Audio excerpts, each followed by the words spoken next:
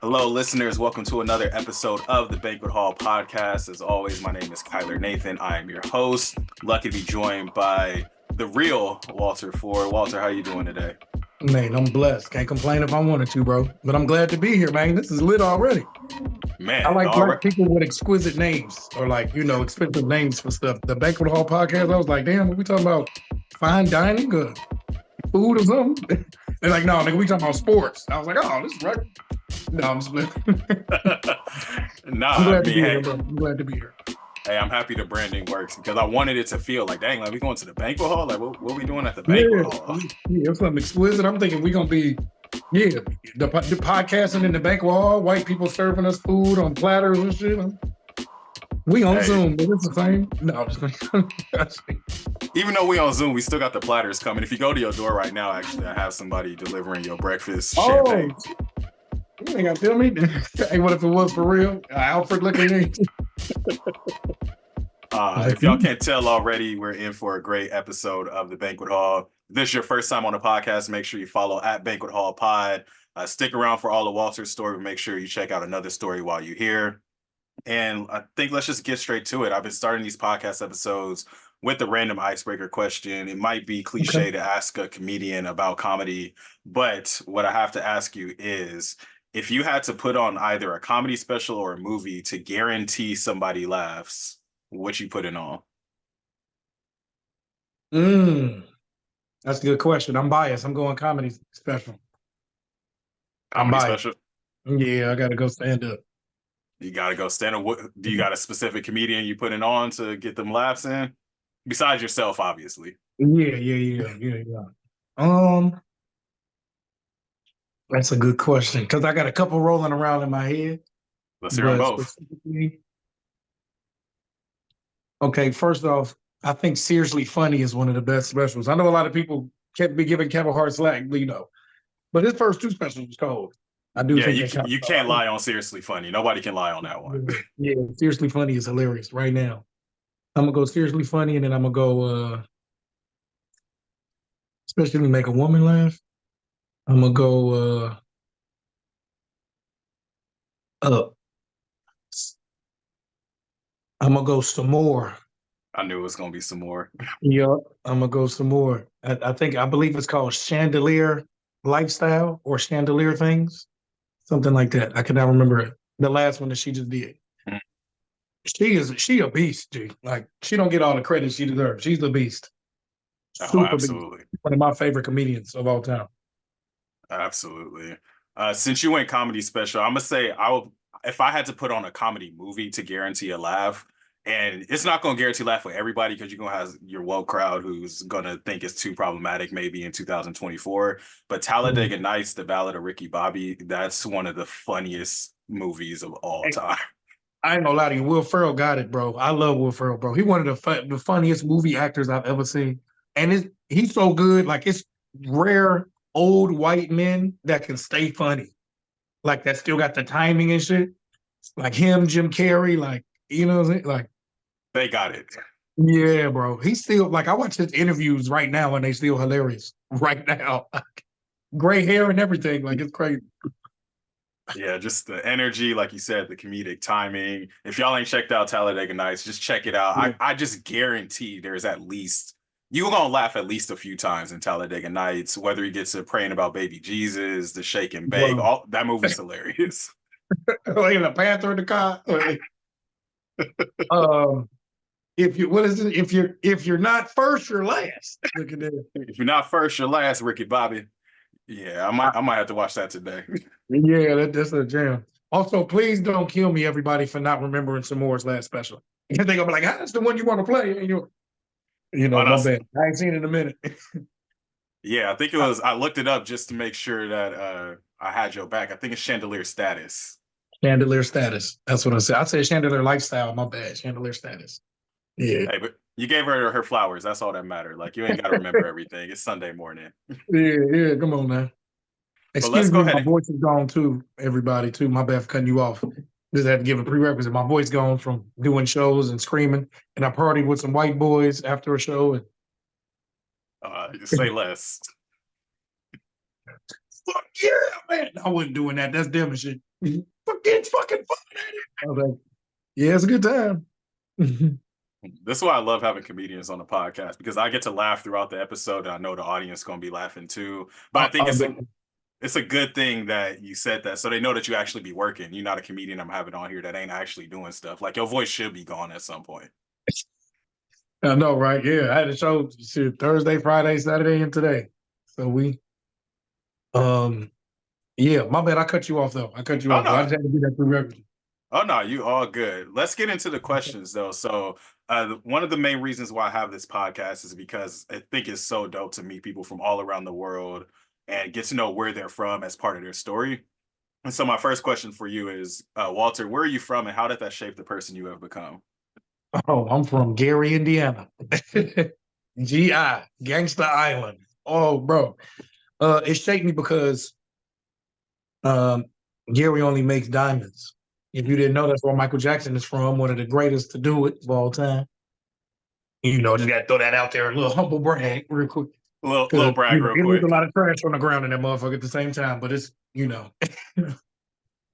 it was amazing growing up in Gary though, bro. I mean, but I was born in 92, from 92 to like 96, 98, they were like the number one homicide capital of the United States. Like it gets real in the field.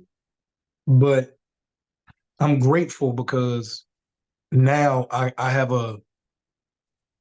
look at the world and I have a filter of the world that's comes from a place of gratefulness. You know what I'm Mhm. saying? It's all gratefulness, bro. Because and then also uh excuse me for lack of better word, you learn how to be I don't want to say not be a bitch, but you learn how to handle tough situations. You know what I'm saying?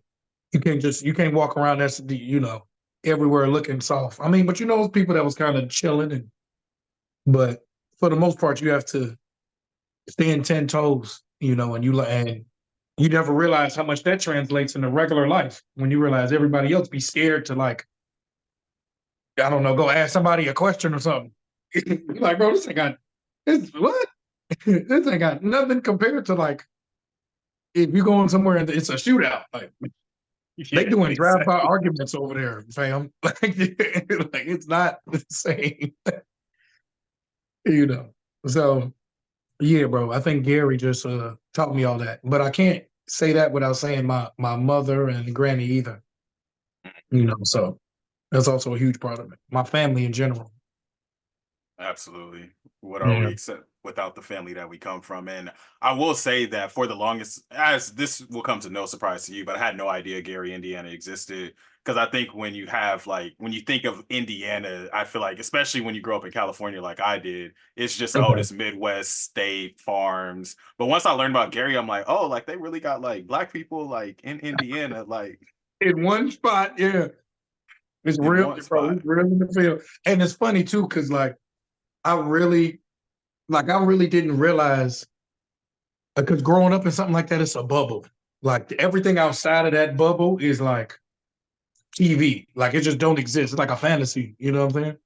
And when I first moved to California, it was kind of like I was like, oh shit, this is kind of like not even moved to California. I had a friend that lived 20 minutes away, maybe not even that far, 15 Mhm. minutes away. And he was in Munster, Indiana, which is the safest, right next to the safest city in Indiana, which is fucking hilarious. So I swear to God, this is the first time I ever thought I was gonna die and somewhere else. We walk in, he like, we're gonna go to Johnny house. I'm like, cool. I'm with my guy Luke, his last name Karowski. So you know what he looked like.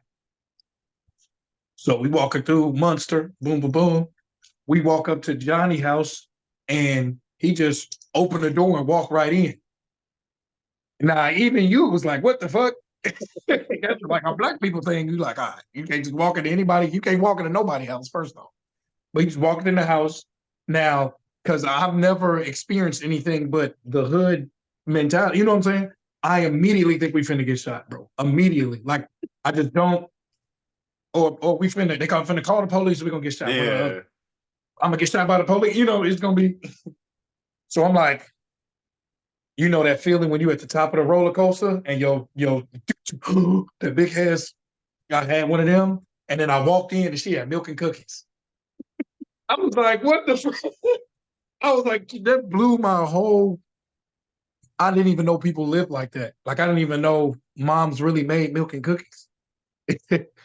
But coming from that, you know, background, Yeah. you learn how to get real creative. Let me say it like that. Real creative is a good way to put it. And it's funny, as soon as you said he opened the door, like that initial, that's just a initial gut reaction. Like, what you mean he just opened the door? And Yeah, I think that's something I learned a lot going to college in La Jolla, because there's just certain things where people would do. I'm like, wait, y'all just do that? Or when people would come over to my dorm, they just put their feet on the couch or they just go in the kitchen. I'm like, ooh, where y'all do this at? yeah, exactly, exactly. Mikasa Sukasa, you got to get the words confirmation first. You can just, Yeah. People yeah, I hit know. you with What'd you say, what? my baby? I was just gonna say, people hit you with the, oh, I thought we was friends. I just make myself at home. I'm like, no, you make yourself at home after I say make yourself at home. Man, it's inference, man. You can't just, they just be assuming too. And you said put their feet on the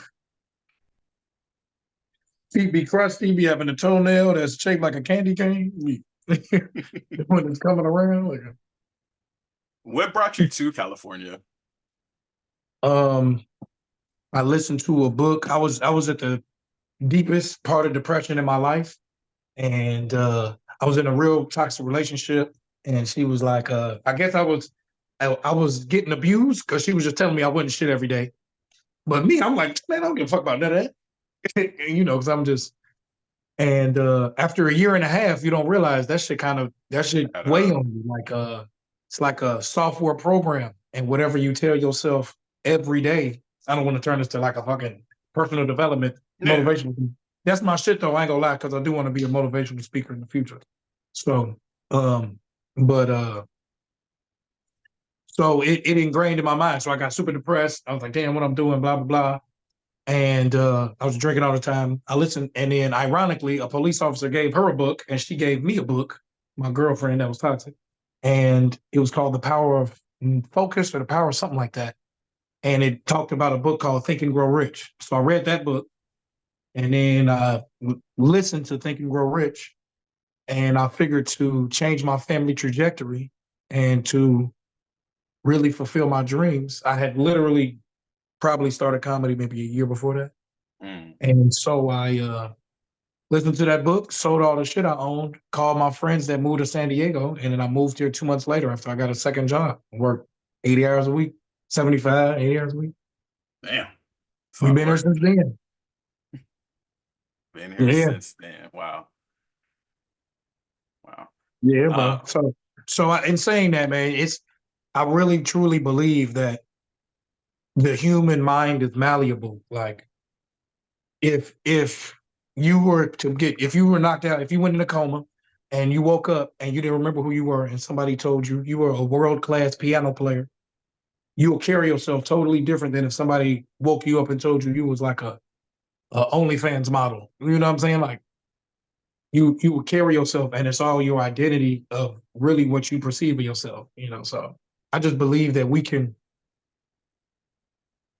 up to a certain point, you can always become what you want to become and change it. As long as you're alive, you still got time to do that. hey, I see the roots of the motivational speaking already happen in front of us right here on this podcast. But what you said is real. Like the brain, I literally studied the brain in college, and that's one of the things that we talk about in class is just how those external factors and how you frame things can really affect your mindset. Like if you wake Yeah. up in the morning and you have those self affirmations, that's a completely different day than if somebody putting you down first thing you wake up in the morning. That just changes the trajectory of your day. Yeah, man. Yeah. And do you? So you said you studied the brain. Do you know about Joe Dispenza? No, I don't. Oh man, I gotta put you on. He's like, and I don't want to say the wrong information, but I'm pretty sure he has a PhD in neuroscience and something else. But he pretty much shows people, he like studies brainwaves, and he pretty much like showed people how they can he like has evidence, like he studied people how they healed themselves from just like thinking about it. And he used the placebo effect to for an example. So he like, how you give for the people that don't know what that is, you give some people medicine, you give some people a sugar pill, And a percentage of the people that take the sugar pill also get healed because they think they take the medicine. It's like 13% or something. So he like, what if you do the inverse? So like pretty much the placebo is already the human body. So the human body is the biggest or the best, I guess, pharmaceutical or pharma, whatever. So it's just about tapping into that without having to trick yourself with a pill.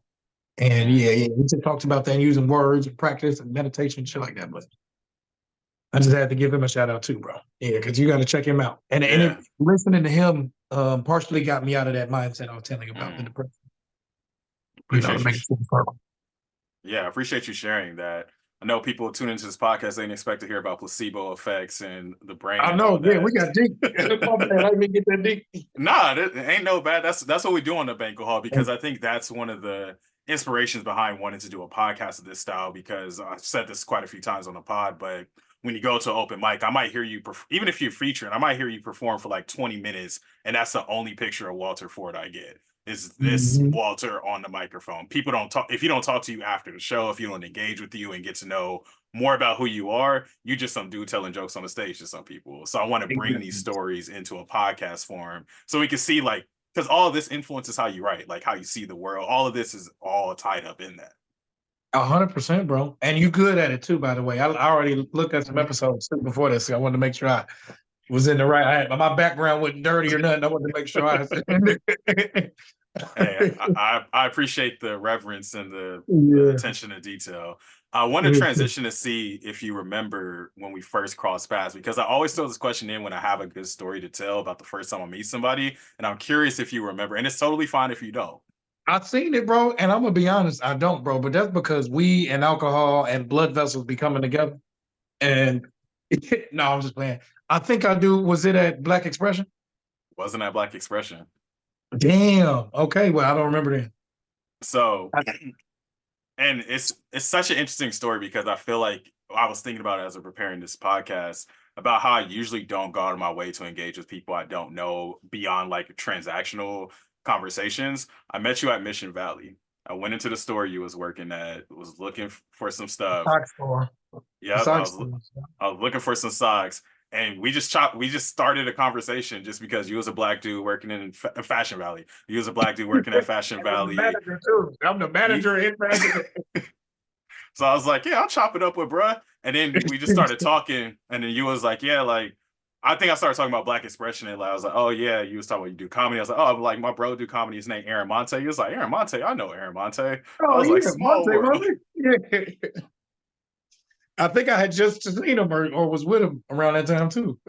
Yeah, so it's just crazy how stuff like that happened, because it was just like two black dudes striking up a conversation in a sock store, and here we are. I know, I remember that now too, like a mug. That's crazy. That's crazy. How do you know Monte again? I forgot about that.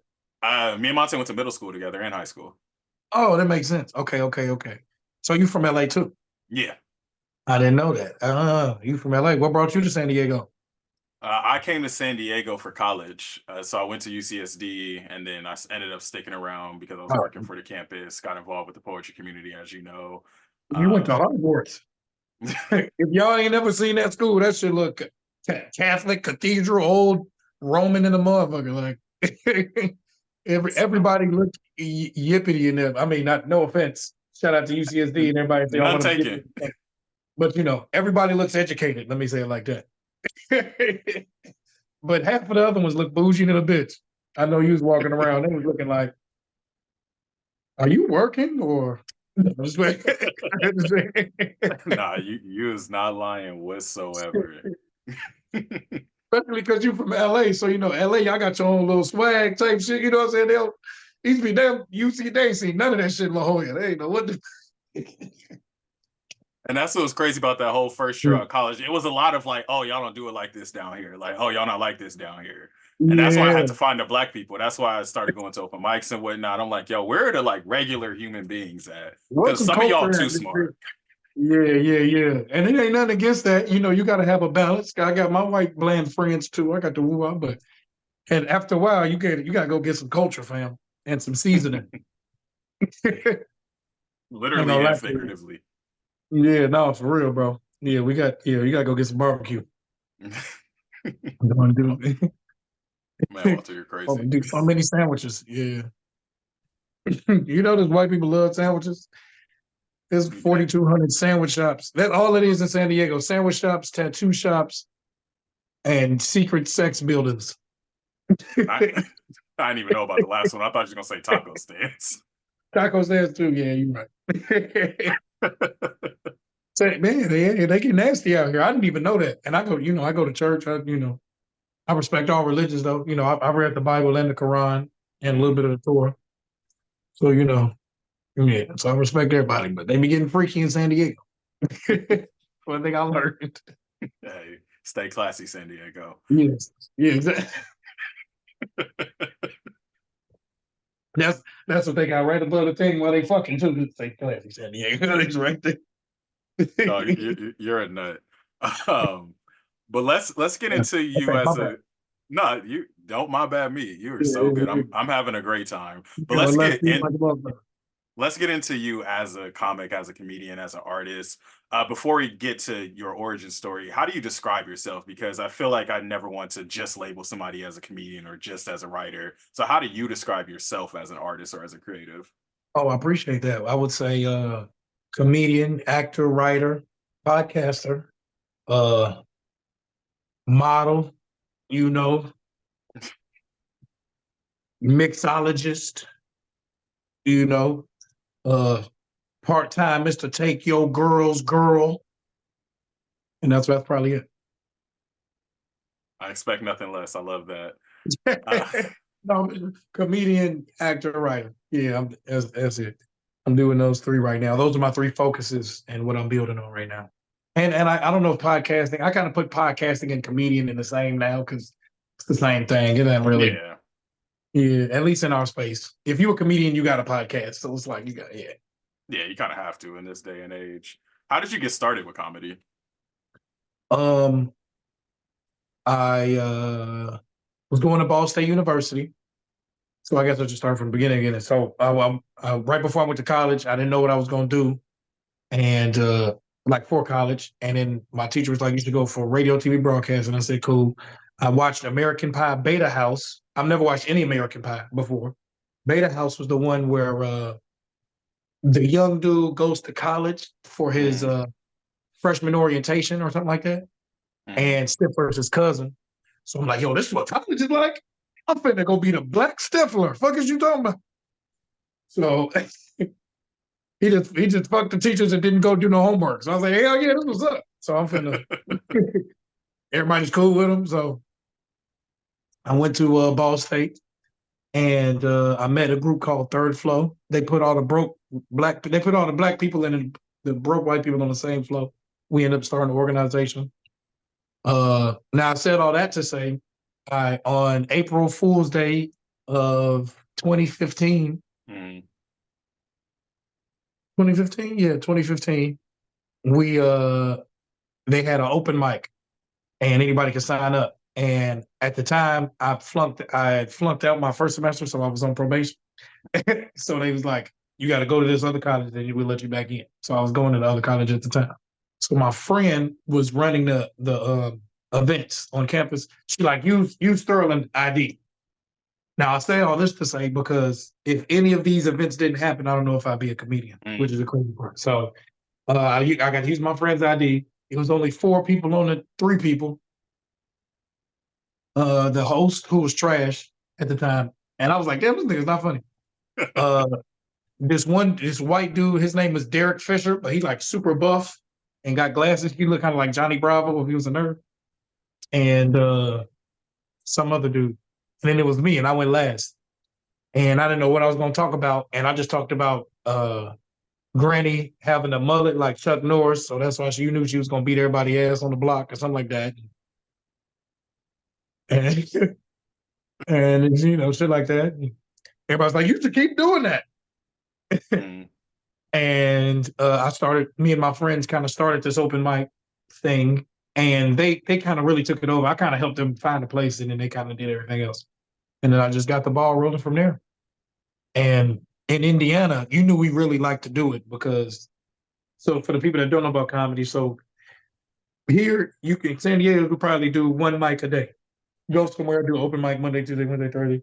Some days you could do maybe 2 mics. So, and there may be 20 minutes away, 10 minutes, 5, whatever side of town. Indiana, we at Ball State. So ours was on Tuesday. Wednesday, we had to drive an hour and a half to Indiana University Dang. to do 10 minutes, then an hour and a half back. Then Thursday, we drove 45 minutes to Purdue to do 8 minutes, then 45 minutes back.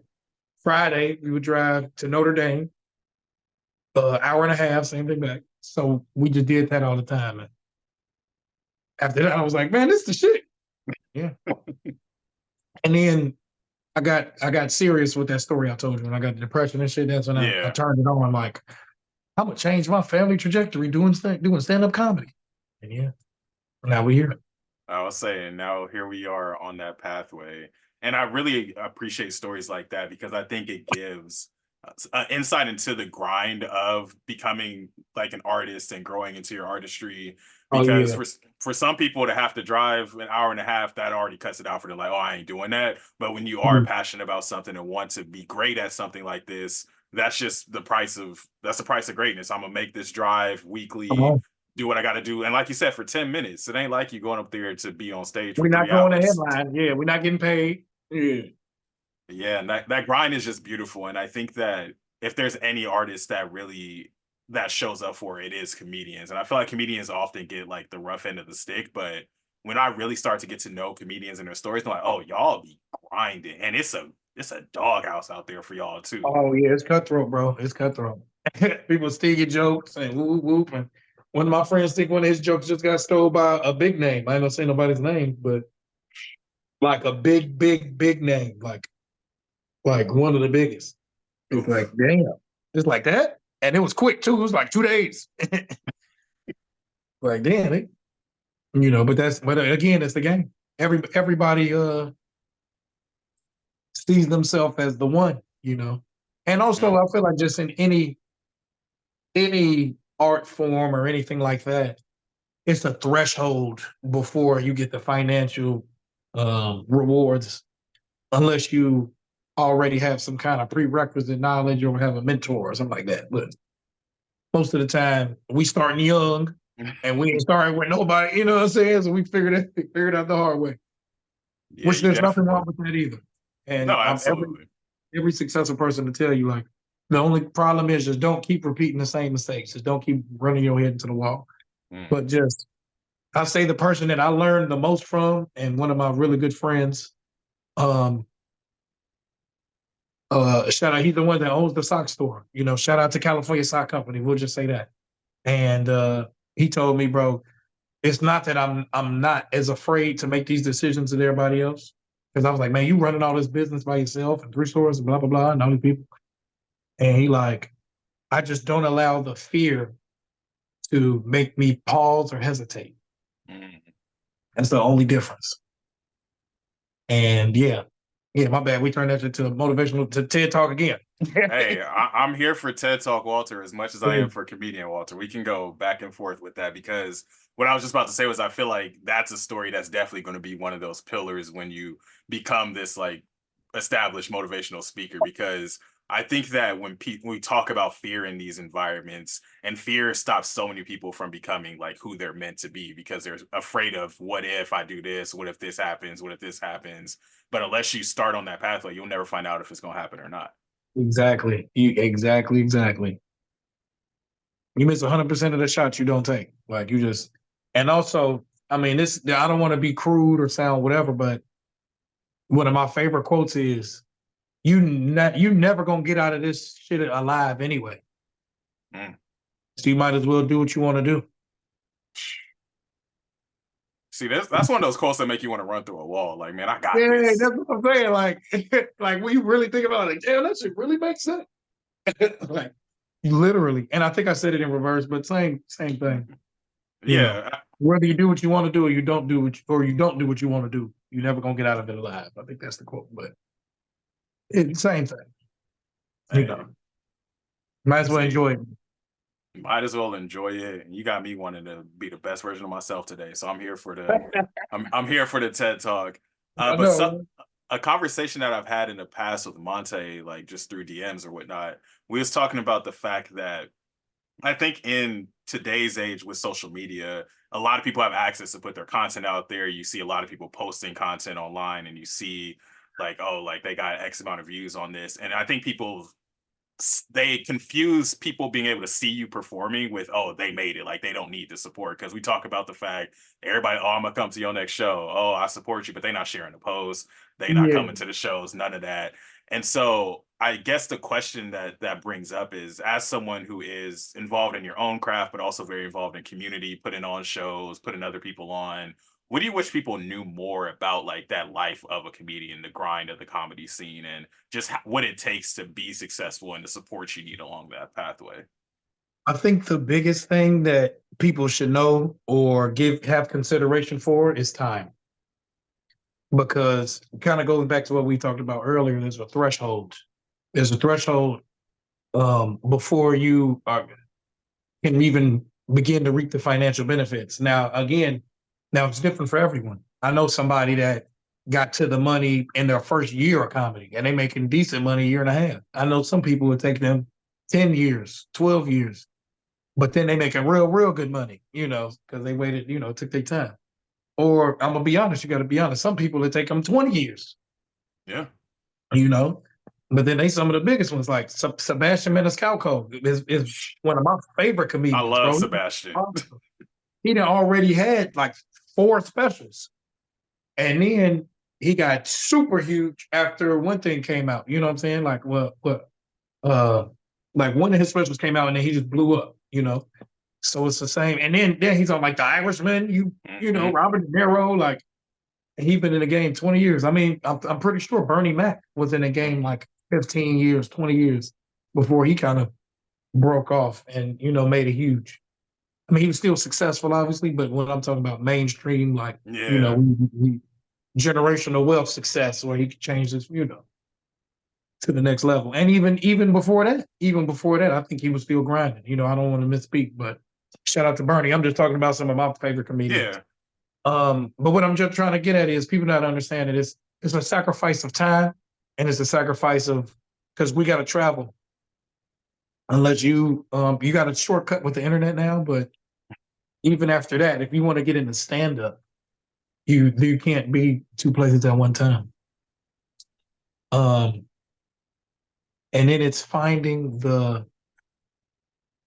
compromise and the love within those parameters, which I know is not easy and it's not for everybody. You know what I'm saying? But that's one thing I wish a lot of more people understood because I have seen it ruin some people's situations. You know what I'm saying? hmm, For their love of their dream, of their happiness. mm. And yeah, I don't want to get all negative, but that's shit real. That's shit Hey, real. the real is negative Yeah, sometimes. yeah. Yes, shit real. Understand it takes time, and I'm gonna say that's kind of with any type of thing. If you're drawing, painting, like you said, you in the poetry scene, like you gotta market yourself or not, kind of whatever your goal is, but it's still. Yeah, it goes back to that notion of like the 10,000 hours you got to put in to be great. Ooh, you better say that. Malcolm Gladwell, my favorite artist. I mean, my favorite author. I'm a book nigga too, G. I read hella Hey, book. I could tell, and that's a good thing. I'm a book nigga. Since I've lived in San Diego, probably what in 7 years, I probably read like I'm probably over like 110 right now. But I mean, I do audiobooks too. Mhm. So it's not like just more audio than anything now. But Only over 100. You're not on a Cat Williams like 13 books a day. that nigga said he was like 12. He said, 40 books a day. I said, nigga, what? How you even outside that long? But I mean, I ain't mad at no. Shout out to Cat Williams though. That shit was hilarious. Shout out to Cat Williams though. He's one of the greatest. I'm looking forward to meeting him too because I don't want to get into that whole situation or whatever with everybody. But I did see one thing where they was like, "Ain't nobody denied what he said yet." I was like, "Oh shit." I think he was kind of exaggerating over like what No, Ludacris absolutely. with the light skin. You get a light skin, ugly face wife. I was like, that's kind of bogus. He bogus as hell, nigga. But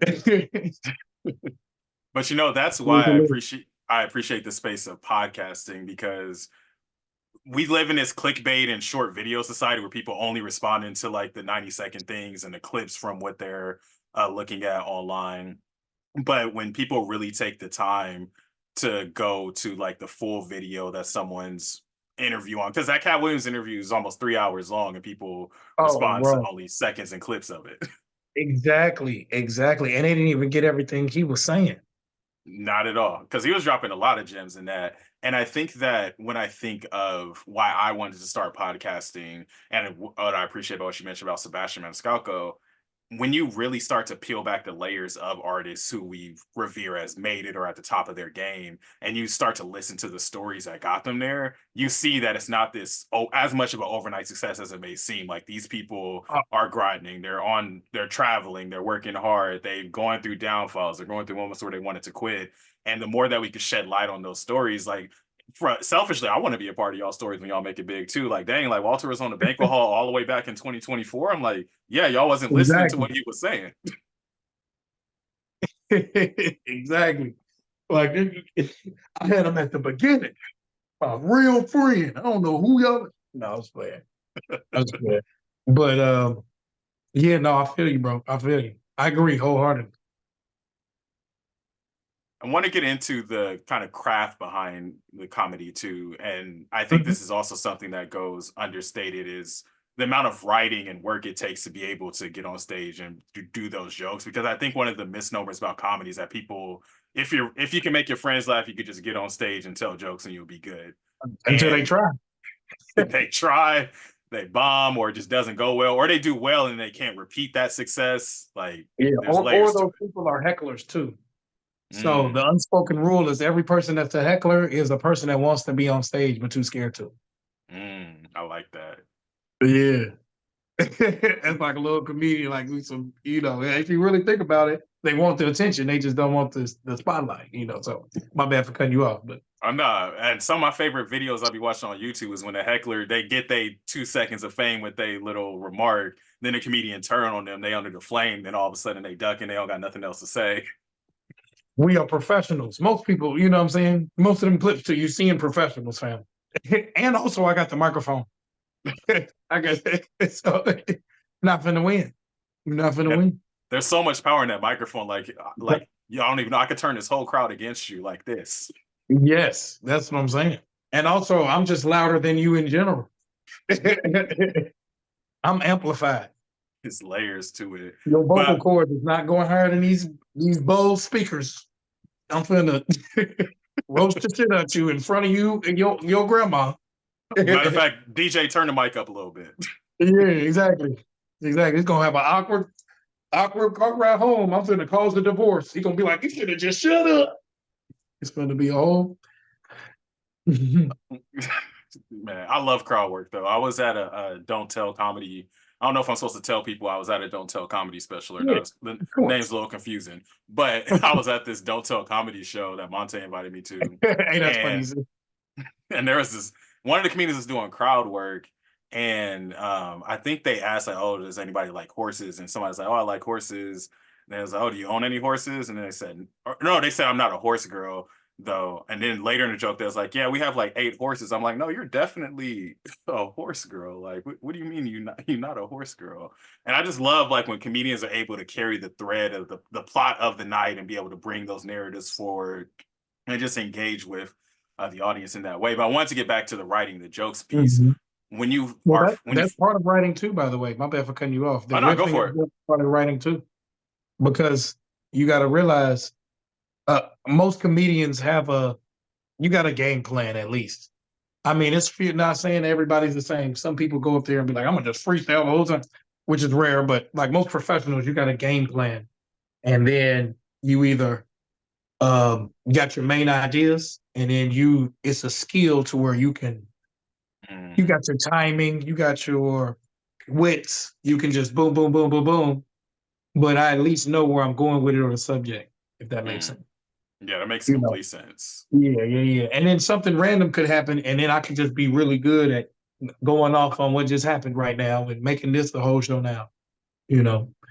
But I might keep that, it's something everybody got their different words for it. I got told it was called a ninja star. So it's Mm, like something you keep in the clip. So now every time this situation happened, I got something for it. Boom. mm. And, I got something for it every time a big dude with a flannel shirt on is in the room. I know what I'm saying. I got a woo wop for him. I got every time it's three girls and one dude at the table. I got something for. So everybody got their version of that. No, And once I you like do it for that. so long, it's almost like a library. So now you just got Mm. your clip just get bigger and bigger and bigger and bigger. You I know. like that. I like that analogy of the ninja star because I feel that some ways when I'm hosting open mics too. Like I have those few I keep in the clip. Like I know this joke gonna land if this happens. I know this is Yeah, gonna hit with this type of crowd. So I appreciate that. And I think the more I get to know comedians and being like friends with a lot of comedians who have a lot of shows, I like being at the show when I know the punchline of the joke and I'm seeing them just work the crowd. I'm like, y'all don't even know where this joke going yet, and then they hit it. exactly. I'm just like, man, this is beautiful. This is so beautiful. That's what. Yeah, it's amazing, bro. Comedy is one of the few justices left on earth, bro. It's one of the few things you can just. The only two things you need, and you really don't even need to amplify a thing to amplify your voice. It is just a voice and a thought. Mm, You know what I'm saying? I guess technically an audience, but it's just a voice and thought. I love And that. there's few things that are that simple, simplistic, Mm, that we still do to this day. mm. So where do you get your inspiration from when you're sitting down to write, or when are you in the right mindset when you're writing jokes? And obviously, you got to get inspiration from somewhere. But what is Mhm. that writing process like for you?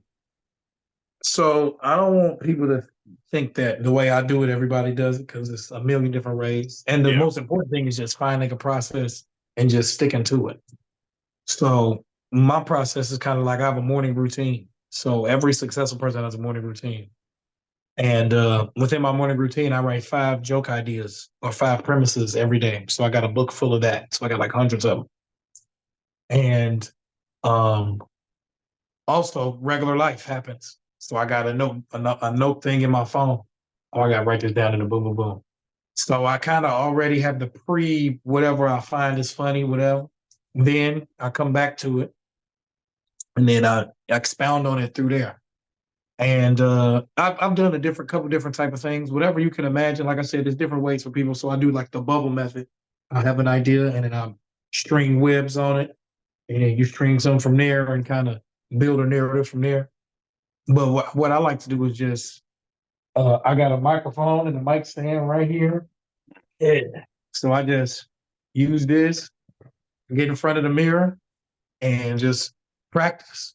Go to Mm, the page. I like that idea. Write it down a little bit. Practice again. Boom, boom, boom. Practice again. Write it down, and then I come up with something in about an hour. I like it, mm, and then the process is you try it on stage, see how it works. You come back, watch the video, then you do some edits, try something new, see if that works, do edits, and then you sharpen it and sharpen it. And then mm. you got a full, nice comedy special at the end. Or really, or a 5-10 minute set, going towards the hour. Yeah.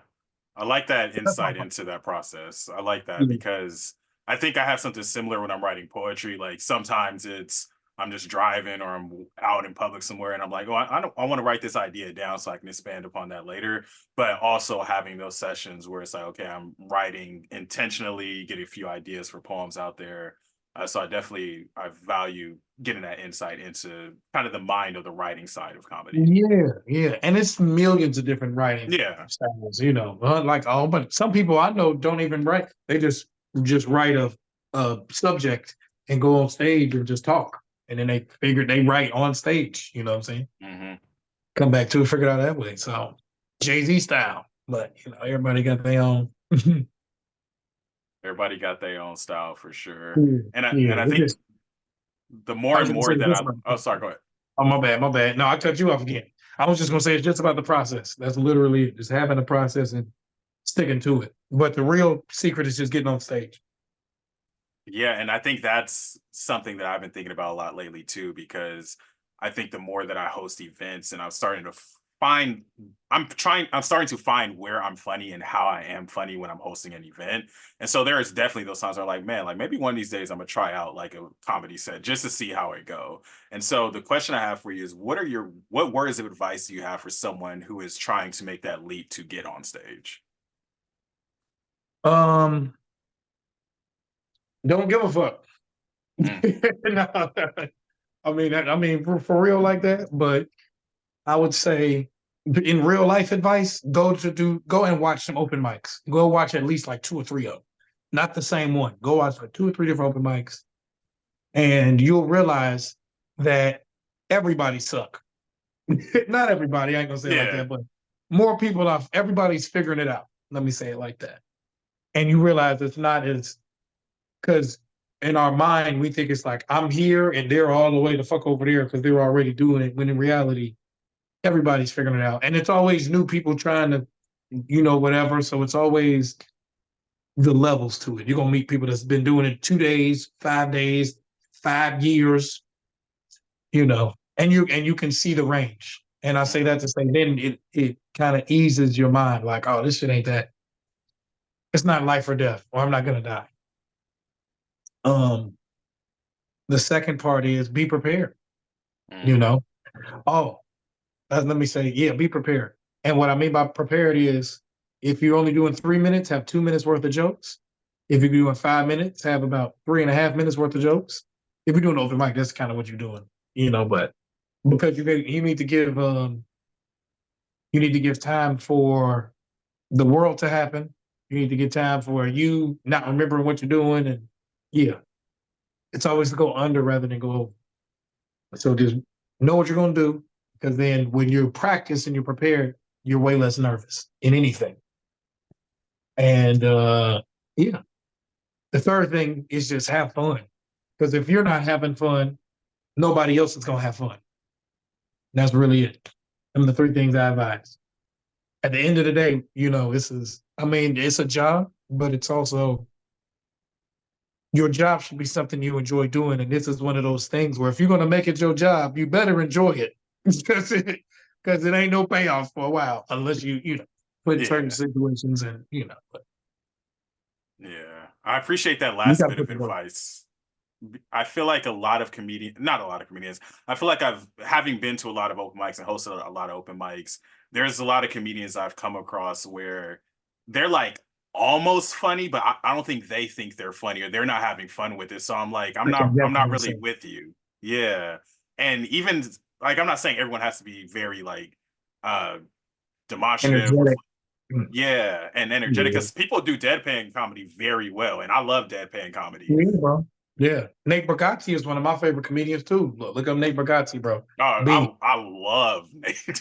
Oh, so you know Nate yet? Beast, bro. Be hilarious. And I ain't even think I would like that type of stuff, but he it, skill, skill, you just can't, it's undeniable, you know. Yeah, yeah. I've recently, I think as probably like a few months ago is when I really did a YouTube deep dive on Nate, and I was like, man, this dude is just funny, and I think that's just what I appreciate so much about seeing people's different styles, the types of jokes they write. Because you already mentioned one of my favorite comedians, Sebastian. John Mulaney, I think, is one of the funniest dudes alive. I like Uh, John cool. You know some young dudes y'all should look up, man. Look up Leonard Oots, bro. Leonard is funny as hell. I fuck with him heavy.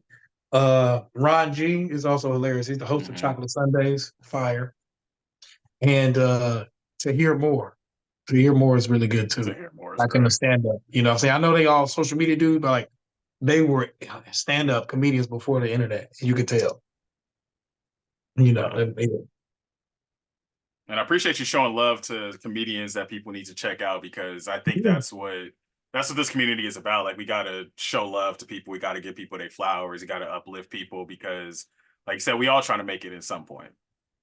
Hell yeah, bro. I mean, that's what it come down to, bro. And also it comes down to a lot of people think that there's not enough pie for everybody, you know. And when we do more collaboration, we'll eat more. And it's crazy too, because it's like, I don't get into it like that, but black people 13% of America, like, but we influence 100% of the culture in the world. So it's like, you know, Not 100%, but you know what I'm saying. Pop Yeah. culture. I mean, pop culture is what I'm saying. Pop culture. Excuse me, but you know, like all of that. Yeah, like most pop culture in the world is from American Black people too. Like you know what I'm saying.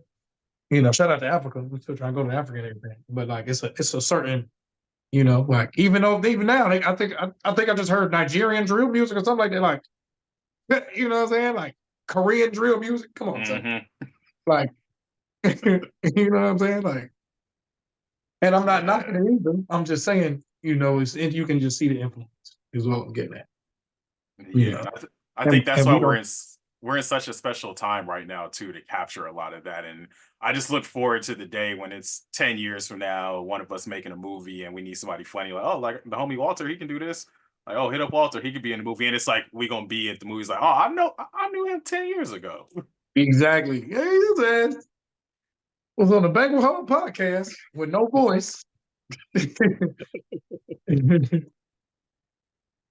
That's what So he's here talking about the sex buildings in San Diego man, and Jesus in sex, the same sentence. Like what?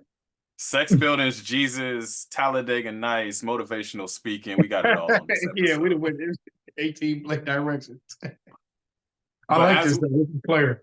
I appreciate it. That's a big compliment to me. Like I aim to create a space where we can chill, we can be ourselves, have a conversation. Like I feel like I'm just talking to you how I would if I just saw you at open mic, honestly. 100%, bro. 100%. As we get to the tail end of the podcast, just a few more questions before we get into shout out corner and shameless plug corner. First things first, what is your Zen place? What are the places you like going to or the set of circumstances that bring you to a peaceful state of mind? Oh, I love that, bro. So I'm a big advocate for meditation, bro. Black people need to meditate. Hmm. Like, and I know we think of some like, you know, you more way Wi-Fi. It's not even all that. Like, it's a book by Larry Johnson. It's one of my favorite books. He got another book called Who Moved My Cheese, but it's called 1 Minute for Myself. Literally, um, your brain is like a computer, and we got a lot of hardware or like hard damn, what am I trying to say? We got a lot of software that's in there that's all automatically running at all times. It's almost like a second nature. Hmm. And when you can find a place where you can pause, look at your analytical mind, and it only takes a minute, then you can think about your thoughts, which is called metacognition. When you can think about what you're thinking about, challenge it, and then change it to what you want to think about. That's the most powerful thing that the human mind has the ability to do. And that's pretty much what I'm getting at. So huge advocate of meditation. So um, I like to go to water, bro. And since we live in San Diego, I used to go, um, it's like by Seaport Village, but it's really Embarcadero. It's Hmm. like a little marina right by the Shell, Yep. like the Yeah, Shell Rainy Orchestra Shell, thing. where the Hilton at, all that. Yeah. Yeah, I just go over there. And so we didn't really get to get into this. We'll get into this on the second one. So when I moved here, I was unfortunately one of my friends had made a bad decision. So we was homeless and figuring it out. So I was staying in hostels and sleeping on the trolley and the whole thing. So for like a year. And so when they had nowhere to go, I would go there right by the water, be quiet. My mother's deceased, so I would just sit there, pray, feel like I talked to my mama. Same thing. I wake up at the beach. I go to the beach. I wake up and go to the beach, excuse me, 6 in the morning. When ain't nobody out there and calm myself. And I think I don't know what it is about water or maybe the ocean in general, but something just about a big, almost unending momentum of energy. You know what I'm saying? And just being in that is my Zen space. Mm. You know, I may not use the right words. My bad. I'm a little high. Shout out March and Ash too. I work at a dispensary, so. Hey, I think you used the perfect words because we have the exact same Zen place, like being by a large body of water. Like I think you just Mhm. captured it so perfectly because it's something so special. I love going to the beach early in the morning when not a lot of people there, just standing by the water and you just just seeing that, oh, after where I can see at the horizon, I don't know what's beyond that, but I know miles Yeah, and miles away, there's another person that could be standing on a beach looking this way. Like there's just yeah, something very therapeutic about being in a big, like near a big body of water. That's my Zen place for sure. yeah, yeah. And you, I feel like you get a close synchronization of nature. You know what I'm Hmm. saying? Because we're usually, if you realize, like I mean, I'm not saying I'm like all into super holistic or hippie stuff like that, but I believe in a lot of holistic stuff like grounding, like putting your actual feet on the earth. You know, it's a transfer of electrons. You know what I'm saying? It's like transfer of. I mean, if you want to use energy, it's a transfer of something. Hmm. Something is happening is really what I'm getting at. So same thing with just being in the presence of water and air and being in an open space where normally we live in cities, you know, if we're not in a rural area, you smelling in everything, you know. And I just think that there's a unique place that you can tap into that's only in those types of environments. Absolutely. The other thing that you said that I felt like I was hearing myself speak was when you start talking about metacognition, because metacognition is my shit. I love talking about thinking. Oh yeah, you said you studied the brain too, duh. I forgot all about that. Yeah. And so I used to do this other podcast with a homie of mine called Natural Nonsense. And there's this episode called Thinking About Thinking. So if y'all want to hear me talk more about thinking and metacognition, make sure y'all check that out. Was you surprised when I said that shit though? And I got the definition. Yeah, I was like, is he me? Like, Really? Yeah. That goofy shit is over there though. You know, I'm goofy, but a nigga, you know, you gotta know what's going on in the world at the same time. I'll be absolutely. novel. Absolutely. And I think that's why I was really looking forward to chopping it up with you, because once again, once like I've spoken to you after performances, I've seen you perform on stage, and I just know just by how you move through this life and how you talk, like not like there's a lot of wisdom there. And I'm looking forward to just bringing this story to people so that people can see that you're hilarious, but he ain't just some goofy dude on stage. Like there's thoughts behind there, there's passion for sure, and just a very like introspective nature to who you are as a person. Man, I appreciate that more than you can imagine, bro. Appreciate that. Absolutely. I'm just here to try to just use what God gave me, bro. That's it. The last major thing I want to make sure that we left some time to discuss. You mentioned you have podcasts.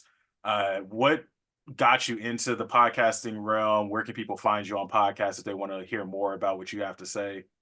Of course, of course. First podcast I ever started was with my brothers Q and Mac. So we was like, man, we just want to do a podcast and just talk about come together and talk about, you know, music and whatever we want to, with culture and whatever. And it was called the Activated Podcast. We started with, you know, just the music scene in San Diego and kind of whatever. And then the protest happened, George Floyd happened, you know, pandemic. And we was like, we kind of just started talking about that. And we kind of became a little more passionate about it. And then we live streamed every protest out here. Went to some protests in other places, and kind of start making breaking. And after a while, that kind of it became a podcast on social justice and activism. Mm. So you can listen to the Activated Podcast on all streaming services, still up there, and on YouTube. I'm also in the works of working on developing a new project for the Activated Podcast as well. It's going to be a branch off. And then recently, I've been blessed. I guess we're coming up on 2 years. My employment, March and Ash, was one of the best jobs I think I've ever had. Shout out to March and Ash. You can go to your local March and Ash. Uh, no tax Tuesday, but they partner with me and they sponsor my podcast, which is Mm. produced by Olas Media. And it's called the Hilariously Blunt Podcast. So it's where comedy and cannabis collide. So we have the up and coming comedians to some of the greats, and we got the best premium cannabis brands. If the comedian wants to, we can indulge a little bit. We can't do it in the room, so we do it off Yeah. camera, and then we do the edibles in the room. And it's just about comedy off the stage, like the lifestyle of comedians. And I get some of the most all the connections I know, the most famous people I know, and some up and comings to those. And it's two people to understand that like we're regular people as well, and to help creatives and artists understand that you're not the only one that's working, and everybody has a story. Last but not least, I got one called Black to the Future podcast, and I co-host that with Nessa, uh, excuse me, Miss Nessa, excuse me, and that one is on personal development in the Black space. And that's kind of where my personal development motivational thing came out. I was like, man, I want to do this, but I feel like Black people, we don't have a specific lane in that space. Like we have Black motivational speakers, but I don't think that we are in that market or in that whatever. Have a podcast that's specifically for that, for Black people. Yeah, So I love that. I'll check out all of those on all streaming services too, by the way. Hilariously Blunt Podcast just dropped a new episode, and we drop new episodes every week. So boom. Hey, we call that a successful promo. One of the things that not a lot of people know if they're not within the podcasting industry, the main way that people discover new podcasts is through other podcasts that they're listening to. So I highly encourage y'all, if y'all tuning into this episode, hop on over to any one of Walter's podcasts, weekly new episodes, and tap in. I already know they're hilarious. Like, oh yeah, bro, it's a good time. It's a good time. It's a real good time. Sometimes we sneak a little liquor in there, so they be real honest. We turn into drink champs. No,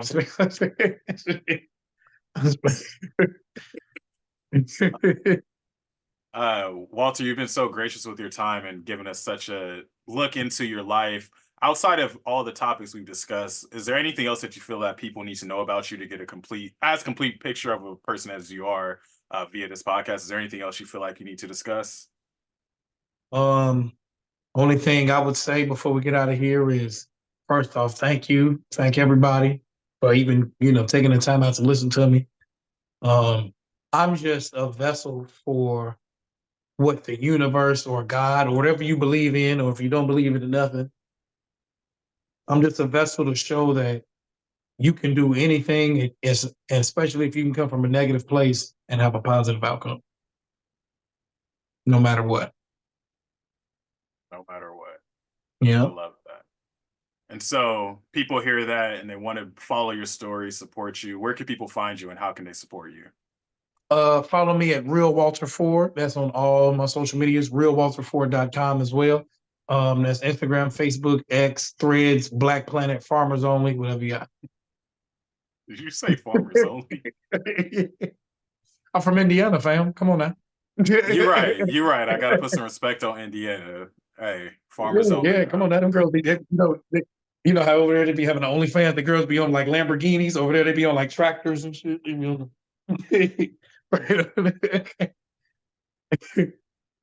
Real. The visuals. Realwalterford.com. Make sure y'all check Walter out. Last couple questions of the podcast. First things first, I always like to close this out with takeaways or lessons learned. So what are you taking away from today's episode of the podcast, and what do you hope our listeners are taking away with them? I'm taking away that when you collaborate with other good people, you only get good stuff out of it. Mm. And I hope this is representation of that so people can see. And then my people follow your people follow my people, and we all can learn how to collaborate and build together. Absolutely. I couldn't have said it better. This is fire, because I'm going to get a whole bunch of clips out of this thing. This is going to be fire. Absolutely. And I think that to echo what you said, the importance of just human to human connection. Like, obviously, I think we would have crossed paths anyway through open mics. Like, I would have ran into you at some 100%. Event. But that initial interaction, like just having a conversation with you while I'm looking at some damn socks, some fire socks. I'm not going to say just damn socks. I'm looking at some fire socks. And just having a conversation with another brother that I'm just seeing like, hey, we both at Fashion Valley Mall. We surviving. I'm probably the first Black person you've seen today. So what's up, bro? How you doing? Yeah, exactly. Okay, you made it. You good. It's fun. Black, because so people that's not living in San Diego. San Diego is like what, 7% Black people, or something like that. So on a good day. Yeah, so we be seeing each other. We be like, all right, you good? All right, fam. All right. We don't even be knowing each other. We just all put, hey, gas over there cheap on El Cajon Boulevard. All right, now. All right, barbecue, yo. Yo. And I had an acknowledgement. Like, we all know we in the room. Something go down. It's a look. We got a look. Yeah, it's a look for sure. And it's subtle, too. It's a little subtle. Mm-hmm. Yup. It's subtle, but so important, because then you look at the black person, they ain't giving you the look back. Then you got to give them a different look. Like, what you doing over there? Yeah, exactly. Now you don't know what side, you don't know who they voted for. No, I'm talking. I ain't gonna make it like that. But the last thing I want to ask, and we've kind of done this throughout the podcast, but recommendations corner. Like to end the episode with recommendations for our listeners on either books, podcasts, movies, songs, anything that you feel like people need to tap in with, either to get to know you better or just because it's good content that they need to check out. The one that I have here is Larry Johnson's 1 Minute for Myself. But any more recommendations? Hell yeah. Hell yeah. Hell yeah. 1 minute for myself. Larry Johnson, 1 minute. Excuse me. Who Moved My Cheese? I got like 10 books, but I'm just making them short. The two books that changed my life from Malcolm Gladwell was David and Goliath and The Outliers. How to Win Friends and Influence People, everything except the last chapter. And the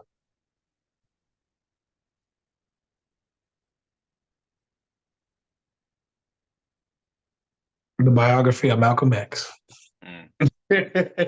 Yo, I learned where you're from. Gotta learn where you're from. Where you from? Thank you for these recommendations. Thank you for your time, Walter. I had a blast recording this episode, listeners. Hey, me too, bro. It's fine. It's fun as hell. Hey, I appreciate that. Listeners. Next time we're gonna do it in person. Oh yeah, absolutely. And there will for sure be a next time. But listeners, until that next time, make sure y'all tap in with the Banquet Hall Pod at Banquet Hall Pod. You can find this episode as well as other episodes on YouTube, streaming platforms. You can head on over to thefourthkyler.com to check out other stories that you can see on the podcast. Walter is one of a few comedians that have been on the pod. Y'all can check out Monte's story. Joking Word was on the podcast earlier. Just want to really feed into community. And make sure y'all share this story with somebody else that needs a laugh, needs motivation, needs to find the secret sex spots in San Diego, whatever it may be. The Banquet Hall is a one-stop shop for everybody as we tell all these stories here on this podcast. But Walter, I'll turn it over to you for any last words to close us out. That's it, man. Make sure y'all have a good day and just work harder every day today to be better than you was yesterday. That's it.